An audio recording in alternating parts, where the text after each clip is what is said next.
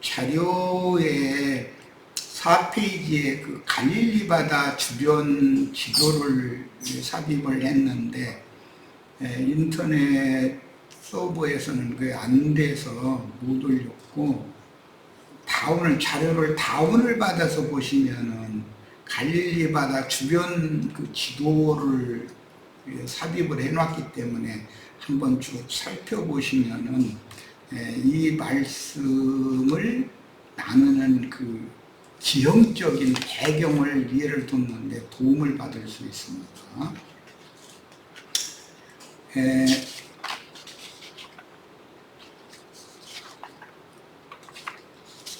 지금 4페이지, 자료의 4페이지 마태복음과 요한복음을 우리는 읽었어요.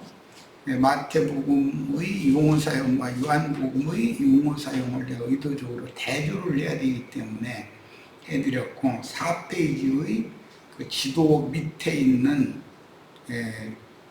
소문자로부터 이제 말씀을 읽어나가도록 하겠습니다. 자료 말씀. 요한복음에서 어린아이가 가지고 있는 보리떡 5개와 숯불에 구운 물고기 2마리를 주님께로 갖다 바치게 했고, 주님이 그걸 받아서 축사하신 다음에 제자들에게 그걸 나눠주시고, 제자들이 나가서 50명씩 100명씩 잔디 위에 앉혀있는 무리에게 공급을 하도록 이렇게 돼서, 이것은 사역의 그 질서를 보여주는 것이다. 그런데 이제 우리가 오늘 이 시간에 살필 거는, 왜 그럼 어른들이 가지고 있는 도시락이면 더 좋을 것 같은데 왜 어린아이가 가지고 있는 도시락, 그 많은 중에서 어린아이는 개수에도 넣지도 않잖아요. 5,000명 중에 들어가지도 않잖아요. 어린아이와 여자 외라고 그랬으니까. 그런데 개수에도 들어가지 못하는 어린아이가 가지고 있던 보리떡 5개와 숯불에 구운 물고기 2마리를 축사하셔서 어린아이와 여자들을 제외하고, 그럼 도시락 뺏긴 어린아이는 못 얻어먹었는지 모르겠어. 5,000명만 얻어먹고 그럴 리는 없죠. 거기에 모인 여자와 어린아이를 포함해서 전체를 다 배물리 먹었는데 개수는 5,000명이 먹었다라고 이렇게 한 거예요. 이제 이런 성경의 기록들을 우리는 그 문자적인 뜻이나 신학적인 어떤 뭘 가지고서 해석을 하려고 이렇게 나오면 이게 안 맞는 거예요. 맞을 수가 없죠. 자, 예수님은 이 무리에게 무엇을 어떻게 해야만 메시아의 왕국을, 이 많은 무리가 어린아이, 여자 포함해서 5,000명 전체가, 5,000명은 그 무리의 대표자들을 말하는 거니까, 메시아의 왕국, 천국의 비밀을 지금 전하는 것이 목적이잖아요. 앞에 13장에서는 천국의 비밀, 감추어졌던 천국의 비밀을 지금 말씀하는 거잖아요. 그 천국의 비밀을 이해시키고 설득하는 내용으로 지금 14장이 15장으로 이렇게 이어지고 있는 거다. 그것을, 성경의 흐름을 잘 이해를 하시기를 바라요. 이 무리에게는 유월절 떡과 제육의 의미를 메시아 왕국의 식물 공급으로 가르쳐서 자신을 따르는 무리에게 어린 양고기나 염소고기를 숯불에 구워서 먹는 유월절 의식으로 행하지를 않고, 유월절 절기 때니까 광야로 이렇게 나와서 예수님이 축사한 보리떡을 먹고 숯불에 구운 생선을 먹는 절기가 아니잖아요. 6월절이라는 건. 6월절은 6월절 양고기나 염소고기를 먹고 떡과 포도주를 마시고 이렇게 해야 유대인의 6월절 절기 지키는 의식이고, 또 원래는 이 집 저 집에서 이스라엘 12지파의 각 집에서 유월절을 지키는 거예요. 그런데 나중에 이제 유대 종교가 되니까 예루살렘 성전에 왜 유월절만이 아니고 유월절에 바로 이어서 무교절로 이게 들어가기 때문에 무교절 절기를 지키기 위해서는 예루살렘 성전에 모여야 되잖아요. 그러니까 아예 유월절도 예루살렘 성전에서 아예 모여서 행하게 됐었던 거예요. 그런데 빈들에서 유월절을 지금 지키는 얘기잖아요. 그러니까 우리는 여기서 많은 생각을 해봐야 된다. 기독교가 생각하는 것처럼 그런 얘기가 아니다. 유월절이라는 것은 출애굽과 필연적으로 관계가 있죠.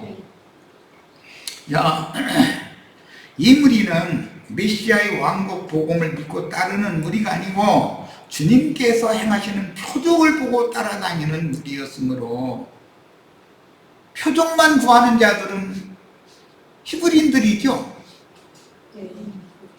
지식만 추구하는 자들은 헬라인들이고, 말씀과 기도의 능력으로 하나님께 공급받는 자들만이 영적 애굽이며 소돔인, 유대교 종교 체계라고 하는 것이 영적으로는 애굽이고 소돔이라고 한다고 해요.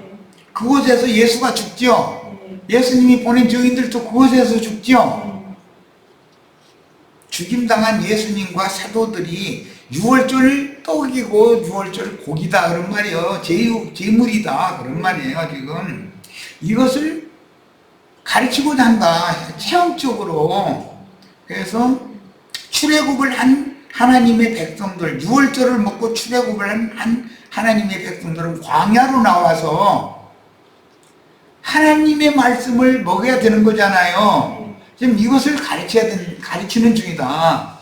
이제 실제적으로는 창세로부터 감추인 천국의 비밀에 대하여 이 많은 무리도 다 깨닫기를 바란다 그런 말이에요. 예수님의 생각은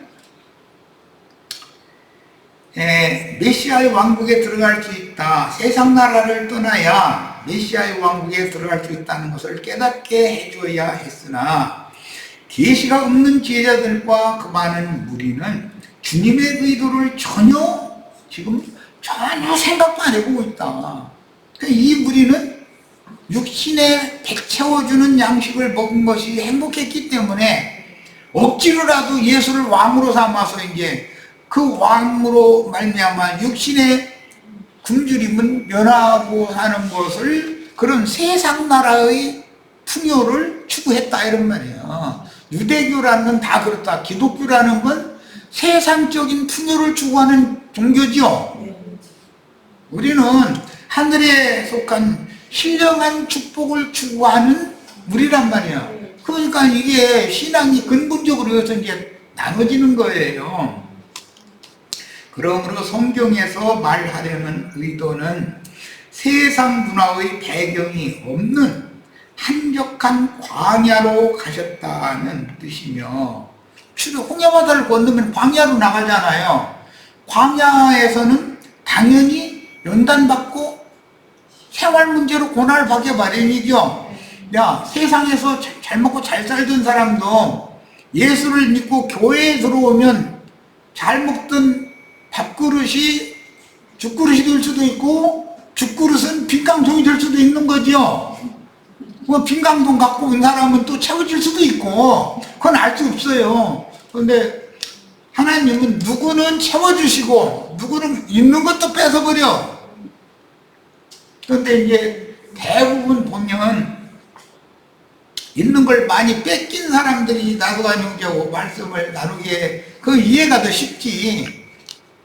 빈 그릇이었는데 부자 됐다 이 사람들은, 내가 보기에는, 내 경험상으로 보기에는 신앙이 신실하지가 못하더라고. 변질돼 나중에. 조심해야 돼. 그게 나쁘고 좋고의 문제가 아니고 주의해야 된다는 거예요.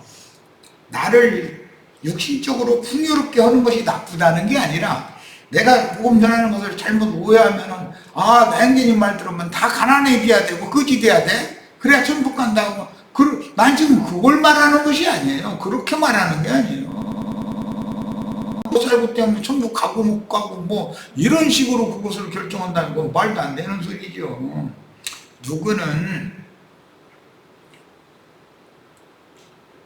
긴 그릇을 갖고 있던 사람이 채워질 때 하나님의 은혜와 하나님의 축복에 감격하고 변질이 안 될 수가 있어. 떠나지 않을 수가 있어. 누구는 이미 가진 것이 있었는데 그걸 다 뺏기고 나서 새로 주신 걸로 풍요를 누리게 해주셔야 하나님을 아주 전심을 다해서 전파하고, 하나님은 신실한 분이고 우리 모든 것에서 부족함이 없게 하시는 분이다라는 걸 잘 전할 수가 있어. 예, 그래서 나도 되도록이면은 우리 형제 자매님들 또 좀 많은 걸로 이렇게 채워주셔가면서 잘 먹게 해주시기를 바래요. 나도 마음이 그래. 그러나 누구는 세상적인 많은 것들을 채워줘가면서 믿음 생활에 신실해야 되고 충성을 다해야 되고 이런 얘기하면은 그게 잘 수긍이 안 되고 끝까지 따라오지 못하고 중간에 넘어져 버리는 경우를 내가 너무 많이 봤어요. 그래서 나는 이 경고를 하는 거예요. 하나님의 전도 방법은 가난한, 육신적으로 가난해야만 전도를 받고 부자는 못 받고 그런 말은 아니다 이거예요. 그렇지만 중요한 것은 세상과 세상에 있는 것들에 대하여 부유한 자가 하나님에 대하여도 부유하면 얼마나 좋겠어요. 나도 그걸 원하니까. 그런데 그렇게 안 되는 경우도 더러 있더라는 거예요. 이게 조심해야 된다. 그 얘기를 지금 하는 거고요. 자, 그러므로 성경에서 말하려는 의도는 세상 문화의 배경이 없는 한적한 광야로 가셨다는 뜻이며, 출애굽을 하면 광야로 나가는 거잖아요. 예. 주님이 배를 타고 갈릴리 바다, 티베리아 바다를 건너셨다는 뜻은 이 땅의 고향을 완전히 떠나서 본토 친척, 복음이라는 건 무조건 본토 친척 아비집을 떠나는 거다. 세상을 떠나서 하나님의 나라로 가는 것이, 세상 나라를 떠나지 않으면 하나님의 나라로 가는 출발도 안 된 사람일 수가 얼마든지 있는 거죠. 세상에서 풍요를 누리고 살던 사람들은 세상을 떠나기를 싫어하기 때문에 조심해야 된다는 얘기를 내가 사전에 경고를 한 거예요. 유대 종교 체제인 본토 친척 아비집이나 헤롯 땅의 나라, 세상 나라와는 아무 상관도 없는 장소로 떠나셨다는 뜻이니 유대인의 출애굽을 기념하는 6월절의 목적이 무엇인지를 지금 암시해주고 있는 중이다. 이 마태복음 14장 두 번째 단락에서 오병이어의 기적 이야기, 표적 이야기를 하는 것은 이때가 6월절일 때 있다는 거잖아요. 6월절에 있다 그랬잖아요. 그러니까 그 6월절의 의미를 정확하게 지금 영적으로, 체험적으로 우리가 다 깨닫기를 바랐다 이 말이에요. 예수님의 생각은 그 율법대로 절기를 지키려면 오늘 저녁 이후부터 오늘 밤부터는 무교절이니까 예루살렘 신전에 가야 되잖아요. 갈릴리 동편에 있다가 예루살렘 신전에 오늘 청년에 거기를 가서 무교절을 지켜. 그러면 율법 절기를 지금 못 지키는 사람들이잖아요. 예수님 따라온 사람들은. 주님은 왜 제자들과만 돌아올 때 이제 방주 배를 타고 고향 마을인 이방의 갈릴리 서안을 떠나서 바다를 건너 동편의 한적한 광야로 가셨는가? 구약 성경의 출애굽 사건과 출애굽한 큰 무리의 사람들은 애굽에 살 때는 떡으로만 사는 거잖아요. 애굽에서 하나님께 구하는 건 전부 육신 음식 구하는 거잖아요. 그런데 하나님의 백성들은 출애굽을 하고 나면은 사람이 떡으로만 사는 것이 아니라 하나님의 입으로 나오는 모든 말씀으로 살아야 된다. 그러니까 육신의 몸만 있는 게 아니라 영혼이 사는 것이 더 중요하다. 이것을 꼭 가르치고 싶어 한다. 이런 말이에요. 예수님은 지금 이제부터는 주님의 지자들과 함께하는 광야 교회를 통해서 많은 무리에게 하늘 양식을 공급하심으로 유대인의 유월절 명절을 영적으로 실현하여 무리를 세상의 많은 물에서, 세상의 많은 물이라는 것은 세상의 영을 말하는 거예요. 세상의 조류, 흐름, 이제 유행 그런 거죠. 영에서, 물에서 건져내요. 사람의 마음이라는 건 호흡을, 하나님과 교제를 나눠야 호흡을 해야 살잖아요. 영적인. 그런데 마음 땅을 물로 덮고 있으면 숨을 쉴 수가 없잖아요. 죽는 거지. 예. 그러니까 세상 사람들은 땅이 공허하고 혼돈한데야 되고 물로 땅을 덮어버렸기 때문에 다 죽음 가운데 지금 죽은 자들이다. 이게 다 하나님이 눈으로 볼 때는 다 죽은 자들이요. 이런 개념을 이해할 필요가 있어요. 그래서 세상의 많은 물에서 건져내요. 이 말이 모세가 나일강 하수에서 갈대 상자에 담겨 있다가 갓난아기 모세가 바로의 공주에게 발견이 되어져서 건짐을 받았죠. 모세라는 말 자체가 많은 물에서 건짐을 받았다는 뜻이요. 출애굽을 했다는 것은 홍해바다 많은 물에서 건짐을 받은 자들, 이게 부활한 사람들이다 이게요. 영적으로 이 의미를 알아야 된다. 천국의 비밀을 증거하는 말씀에 이어지는 말씀이니까 천국의 비밀을 모든 무리가 다 알기를 바란다 이런 말이에요. 부활 생명으로나 아니하고는 천국과는 상관이 없는 거죠. 건져내요. 많은 물에서 건져내요. 하나님의 공급을 받는 이스라엘의 장자들을 광야에서 먹이고 양육하여 남은 자들만, 광야에서 다 엎드러져 죽으면 약속의 땅에 못 들어가죠. 광야에서 그냥 죽고 마는 거예요. 남은 자들만 들어간다. 구원은 남은 자들만 받는다. 그런데 남은 자들이라는 게 광야에서 새로 태어난 자들이다 이거예요. 그거 보고 거듭났다 그러죠. 교회에 들어와서 교회가 모태이기 때문에 교회를 통해서 하나님의 생명의 씨가 교회로 모인 형제 자매님들의 마음, 신앙 양심에 심어지고 깊이 뿌리를 내려서 바람으로, 이게 유월절이라는 뜻이요. 아비벌의 의미예요. 거듭난 그 사람들을 광야 기간 동안에 속사람을 양육해서 20세 이상 싸움에 나갈 만한 장성한 자가 되면 천국으로 침노하여 들어가게 한다. 그것을 깨닫게 하고자 한다는 거예요. 지금 예수님은. 자, 주님의 1차 사역은 세상 나라와 유대교의 배경을 가진 자들이 거주하던 갈릴리 해변의 서안 마을들에서 시작이 되었고, 그들에게는 여러 가지 병을 고쳐주는 이적을 행하면서 천국 복음을 전파하셨는데, 지중해 변과 이방의 갈릴리 사람들은 애굽 이방의 각색 질병에 걸린 저주받은 자들이었다. 그때 당시 예수를 만난 많은 사람들은 저주 아래 있는 자들이었다는 거예요. 전체가 다. 하나님은 자기 백성을 저주하는 것이 목적이 아니잖아요. 저주받은 자들 가운데서 카인이, 아담인보다도 카인이 갑절의 저주를 받죠. 땅이. 그런데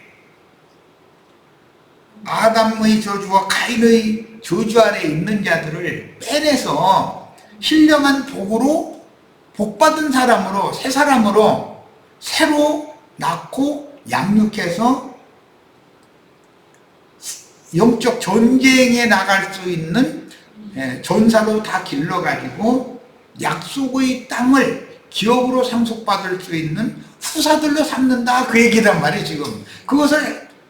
그것이 예수님이 마태복음 13장에서 비유로 말씀하셨던 창세로부터 감추인 천국의 비밀이다. 이것을 지금 실제적으로 체험적으로 가르치고자 원한다. 교리로 신학으로 가르치는 게 아니에요. 몸으로 배우는 거, 몸으로 천국을. 오늘 우리 형제 자매님들도 신앙생활이라는 건 몸으로 배워야 되는 것이지 머리로만 많이 알고 있으면 그것이 실제로 구원을 이루는 문제에 가면은 혼돈이 버릴 수가 있다 이거예요. 객관적으로 아는 것이 많은 것 같은데 실제로 참으로 아는 것이 없을 수가 있죠. 그래서 남자와 여자가 서로 안다고 그러지만 혼인을 해서 자식도 나보고 내가 싸움도 해보고 뭐 이제 이런 걸 해봐야 남자는 여자를 알고 여자는 남자를 안다 그러는 거잖아요. 이것이 교회 생활의 실현이다. 예수님이 비유로 말씀하신 그 비유의 말씀을 들었던 모든 큰 무리가 실제로 알기를 바란다. 이제 지금부터는 실습을 시킨 중이다 그런 말이에요. 이해하셨죠? 주님이 이때 배를 타고 티베리아 갈릴리 바다를 건너신 것은 노아의 방주 사건과 모세가 갈대 상자로 말미암아 나일강에서 건짐을 받아 해고방 바로의 딸에 의하여 바로궁에서 비밀리에 양육을 받은 후 동족을 위해서 살인을 저지르게 됐죠. 그것이 발각이 돼가지고 이 사건이 계기가 되어 신의 광야를 지나서 미디안 광야까지 도망을 갔다가 미디안 제사장 이드로의 딸인 십보라를 우물가에서 만났죠. 예수님이 뭐 수가성 여자 만나는 것이 이런 거 다 표상이잖아요. 애굽에 보내심을 받아 여호와의 백성을 출애굽시킨 그 모세가 하나님의 손에 의해서 광야에서 40년 세월을 지난 후에 80세가 되었을 때 하나님에 의해서 자기 백성들이 지금 고욕을 당하고 있는 애굽에 보냄을 받아가지고 그 백성들을 불러내는 사명자로 쓰셨잖아요. 역사상에 이런 사건을 실현하는 유대인의 명절 6월절이 가까운 때에 영적인 표적으로 행하시는 메시아의 사역이다. 즉 말하자면 천국을 세우는 사역이다 이거예요. 이게 지금 이렇게 해야만 아브라함의 믿음의 자취를 줬던 이스라엘 백성들을 하나님께서 아브라함의 자손들을 믿음의 조상으로 섬기는 아브라함의 자손들을 지금 출애굽을 시켜가지고 아브라함에게 약속하신 모든 아브라함, 이삭, 야곱, 이스라엘 12지파에게 대대로 약속하셨던 언약을 지금 이렇게 지금 성취하고 있는 중이다 이런 말이야. 오늘 우리들이 믿음으로 이런 말씀을 영감으로 다 받아들여서 아브라함이 우리 아버지인지 아브라함이 우리 아버지인지 이거 잘 생각해 보셔야 돼. 그래서 우리가 다 천국의 소유한 된 지휘자들로 다 세움을 꼭 받으셔야 되겠어요. 교리적으로는 이게 다 아는 것이 그게 넘어질 우려가 더 많아 교만해지기 때문에 이게 주의해야 된다는 거예요. 아는 지식이 없어서는 안 되죠. 아는 대로 믿어야 되는데 아는데 믿어지지는 않으면 무슨 소용이냐 이거예요. 계시가 와야 믿어지는 거지. 그래서 다른 믿음이라는 것은 아는 것을 달리 믿는다든지 성경 의도와는 맞지 않게 그러면은 그것은 아브라함의 믿음의 자치 족족을 쫓아가는 신앙이 아니잖아요. 그러므로 지휘자들과 함께 배를 타고 지베리아 바다를 건너는 것은 노아의 때 방주를 타고 홍수의 큰 물을 건넜듯이 홍수의 큰 물이라는 것은 땅을 다 덮어버리니까 숨을 쉴 수 없으니까 코로 기식하는 것은 물로 덮이면 다 죽는 거예요. 숨을 못 쉬니까. 예. 하나님의 생명의 기운이 나의 영혼과 상통이 돼야 되는 거잖아요. 그래서 들숨이 있어야 날숨도 있고 이게서 호흡을 해야 사는 거잖아. 또는 모세의 때 애굽에서 출애굽을 하였듯이 예수님이 타신 배를 타고 제자들이 큰 물을 건너 한적한 곳인 갈릴리의 한 산인 헤르몬산, 헐몬산, 이건 아브람 때, 노아 때는 아라랏산이었었죠. 아브람 때는 이삭을 제물로 드렸던 모리아산이었어요. 산을 상징하는 거다. 갈릴리의 한 산에 주님이 가시니까 거기까지 무리가 따로 왔더라는 거예요. 그런데 이제 해가 날이 기울기 시작하는 거예요. 그럼 먹여야 되잖아 이제. 그 얘기예요. 저녁이 되매 15절에 이렇게 나왔는데, 이 말은 이스라엘은 항상 저녁이 되고 아침이 되니 는 첫째 날에 항상 저녁부터 시간을, 하루 시작을 기술을 그렇게 해요. 그런데 6월절과 관계되기 때문에 6월절 양고기를 먹는 시간이 있고, 양고기를 다 6월절 양고기와 떡과 쓴나물을 다 먹고 나면, 포도주와 함께 먹고 나면 출애굽을 하는 시간이 있으니까 6월절을 먹는 시간은 조금 빠를 거고 출애굽을 하는 시간은 밤 시간일 거 아니겠어요. 이제 자, 이걸 지금 잘 이해를 하셔야 돼. 제자들이 나와 이르되 이것은 빈들이요 때도 이미 저물었으니, 제자들이 생각하는 거예요. 무리를 마을로 보내서 스스로 알아서 음식을 사 먹게 합시다. 그 제안을 한 거죠. 자기 돈 내고 마을로 각자 내려가서 음식 사 먹고 오라고 하세요. 이랬다 이 말이에요. 그러니까 예수께서 이르시되 갈 것이 없다 그랬는데 육신의 음식을 구하러 가게 할 필요가 없단 말이에요. 마을로 내려가게 할 필요가 없다. 너희가 이 자리에서 주어라 이 얘기예요 지금. 그러니까 제자들과 예수님의 생각도, 이 무리와 예수님의 생각도 너무 간극이 차이가 많이 난다는 걸 알 수 있죠. 요한복음에는 주님이 이미 어떻게 하실 것을 아시고 빌립을 시험하여 어떻게 이 무리를 먹일 것인지를 질문하셨다고 그렇게 돼 있어요.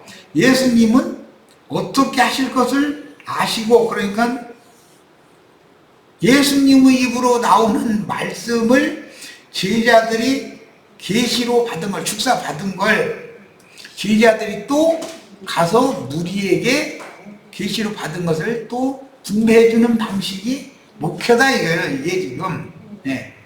빌립은 이 많은 무리를 여기 한적한 곳에서는 먹일 만한 떡을 구할 수가 없다는 천연적인 인간의 계산적인 답변을 했으나, 사람이 떡으로만 사는 것이 아니요 하나님의 입으로 나오는 모든 말씀으로 살아야 한다는 것을 영적으로 깨닫게 해주는 것이 이 사건의 중심이다. 네. 그때 안드레가, 여기 한 아이가, 어린 아이예요. 개수에 들어가지 않는 애예요. 얘는 한 아이가 있어 보리떡 5개와 물고기 2마리를 가지고 있나이다. 그러나 그것이 이 많은 사람에게 얼마나 되겠사옵나이까 라고 말했는데, 어린아이의 식물은 노아의 방주에 준비된 노아 가족과 짐승들의 식물을 실현하는 영적인 양식인 주님의 입으로부터 나오는 신령한 양식을 상징한다. 노아의 방주에는 육식성 짐승들도 탔죠. 그 육식성 짐승들이 순한 초식성 짐승들 다 잡아먹으면 노아 방주에서는 힘든 놈이 잡아먹는 그런 사건이 날 거 아니에요. 노아의 가족과 초식성 짐승과 육식성 짐승들을 위한 먹이를 다 준비하게 하셨죠. 먹을 것을. 그러니까 노아의 방주에는 짐승보다 먹을 것이 더 많아 사실은. 그러니까 그거 치수 재쌌고 막 했었고 그러는데 그거 다 문자대로 하면 안 맞는 거예요. 거기에 무슨 양이나 염소 이런 걸 태웠다 그러면 호랭이나 사자가 다 잡아먹어버리고 와도 그거. 그러니까 성경을 문자로 이렇게 해석하면 안 맞는다 이거 성경의 의도가. 자, 노아의 방주 안에는 정한 짐승과 부정한 짐승들이 함께 타고 있었고 그 짐승들을 먹일 식물이 준비되어 있었으나 노아의 아들들이 짐승들에게 식물을 나누어 주어야 노아의 아들들은 자기 가족도 함께 먹여야 될 음식이 있지만 짐승들도 먹여야 되잖아요.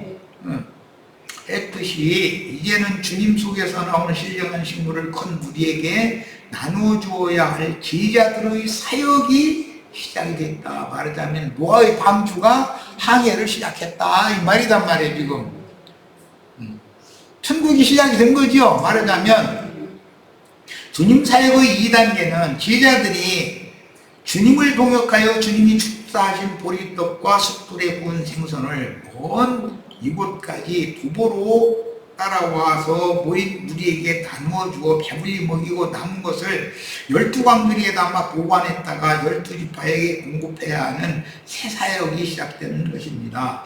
물론 이 사역 이후에 이어지는 갈릴리 바다의 북동쪽에 위치한 베세다 광야에서 4,000명을 먹이고 7광주리를 남기는 사역이 또 이제 이어지죠. 우리는 성경의 흐름을 정확히 읽어야 하는데 먼저는 반드시 이스라엘 12지파를 위한 사역이 앞에 있고 항상 구원은 이스라엘 12지파부터 오는 거죠. 구원은 유대인에게서 나오는 거예요. 이어서 이방인 교회들을 위한 사역이 이어지는 것입니다. 여기 본문에 이제 가장 중요한 이야기를 오늘 타고 시간이 다 됐는데 저녁이 되었다고 할 때 6월절을 먹는 시간은 새날을 계수하는 해가 완전히 지기 시작하는 시간보다는 약간 시간이 있는, 그러니까 완전히 저녁 시간이 되기 전 시간에 6월절을 먹는 거고, 6월절을 먹고 나면 그 저녁부터는 무교절로 들어가는 거기 때문에 무교절에는 당연히 출애굽을 하게 마련인 거예요. 그런데 오늘 말씀에는 어른들의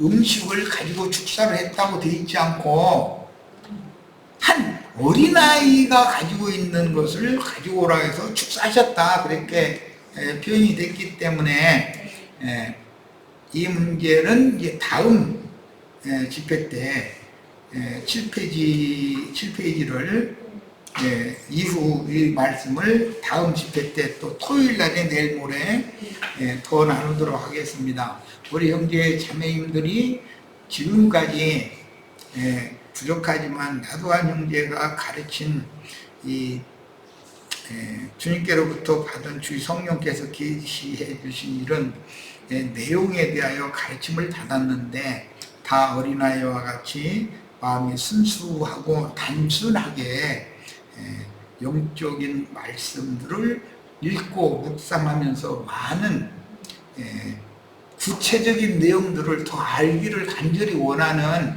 그런 가난한 심령들, 어린아이와 같은 심령들이 다 되셔서 교회 집회가 있으면 반드시 주님에게 조용히 와서 물어봐야 되는 거예요.